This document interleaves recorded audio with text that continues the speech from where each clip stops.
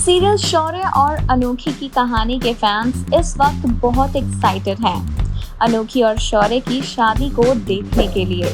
Well, अगर उनसे जरा सी भी अनोखी और शौर्य के सेपरेशन की बात की जाए तो वो भड़क उठते हैं कि नहीं, अनोखी और शौर्य कभी भी अलग नहीं हो सकते।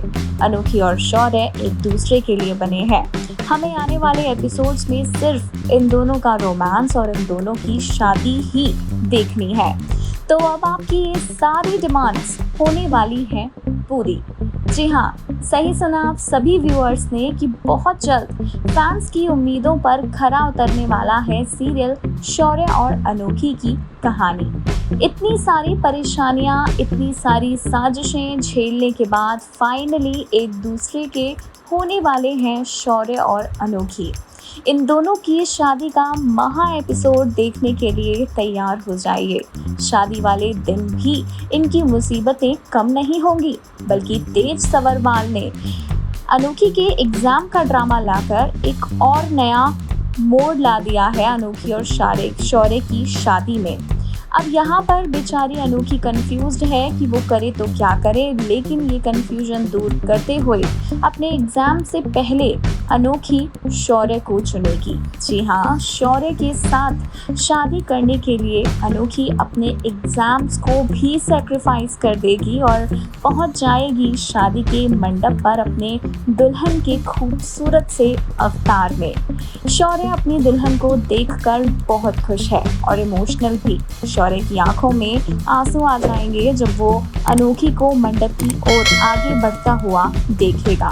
देवी के साथ साथ तमाम वो सभी शख्स बहुत ही ज़्यादा शॉक्ड हैं जो नहीं चाहते अनोखी और शौर्य की शादी हो, क्योंकि इन्हें तो उम्मीद थी कि अनोखी अपना एग्ज़ाम देने चली जाएगी, लेकिन ऐसा कुछ हुआ नहीं।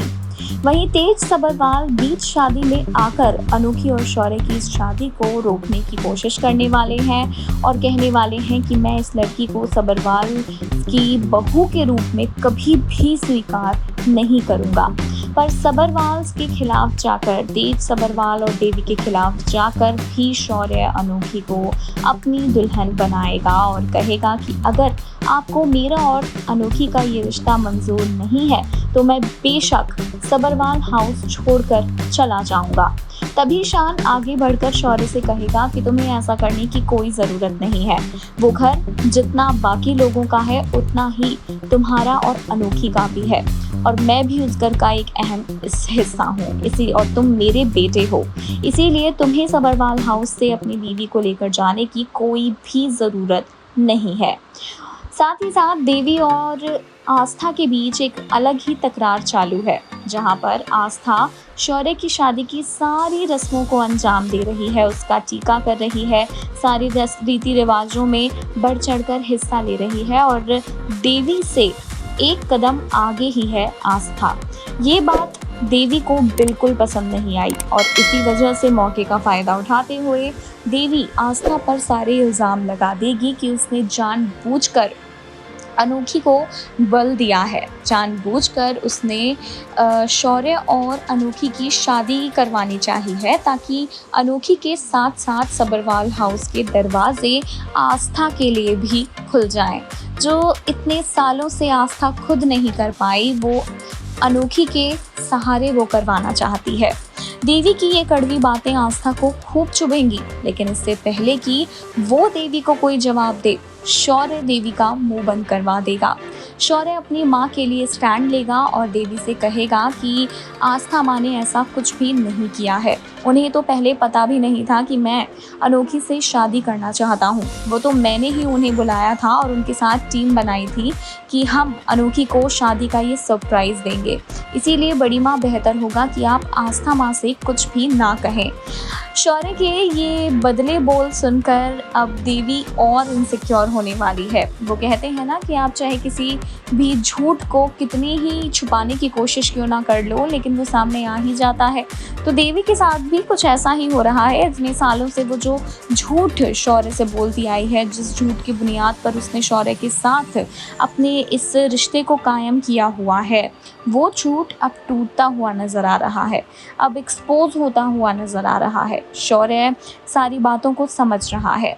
वेल, इसी के साथ इन सारे ड्रामों का अंत होगा, तेज देवी शगुन में से कोई भी कुछ नहीं कर पाएगा और फाइनली आपके शौर्य और अनोखी शादी के लिए अपने कदम आगे बढ़ाएंगे। जी हाँ, फेरे लेकर इन दोनों की शादी हो जाएगी और फाइनली इन दोनों को पति पत्नी घोषित कर दिया जाएगा, इन दोनों को पति पत्नी का करार दे दिया जाएगा और इस तरह से इनकी एक्साइटमेंट का नहीं रहेगा कोई भी ठिकाना। तो कुल मिलाकर अब एक नए सफ़र की, एक नई जिंदगी की शुरुआत बहुत जल्द करने जा रहे हैं शौर्य और अनोखी।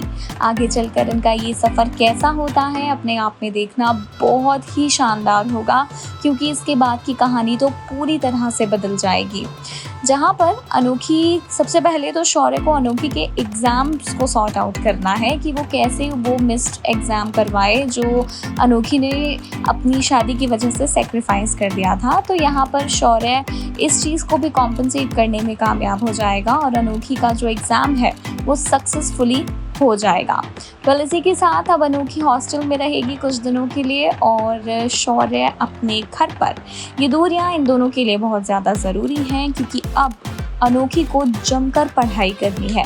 जिस शिद्दत के साथ अनोखी और शौर्य ने बीते दिनों एक दूसरे के लिए इतना कुछ किया है, एक दूसरे का होने के लिए इतना कुछ किया है, एक दूसरे से जो प्यार किया है, उतनी ही शिद्दत से अब अनोखी को पढ़ाई करनी है, जो उसके करियर के लिए बहुत ही ज़्यादा इम्पॉर्टेंट है। वेल, ऐसे में आस्था ने सजेशन इन दोनों को यही दिया है कि फ़िलहाल के लिए शादी के बाद भी अनोखी को रीमा के साथ हॉस्टल में ही रहना चाहिए, ताकि वो अपने एग्ज़ाम से फोकस ना हटा पाए। ये बात शौर्य के लिए थोड़ी सी परेशान करने वाली है, लेकिन अनोखी के एग्ज़ाम्स की खातिर शौर्य ये जो पूरा सिनेरियो है इसके लिए मान जाएगा और कहेगा कि ठीक है, मुझे इस बात से कोई भी प्रॉब्लम नहीं है।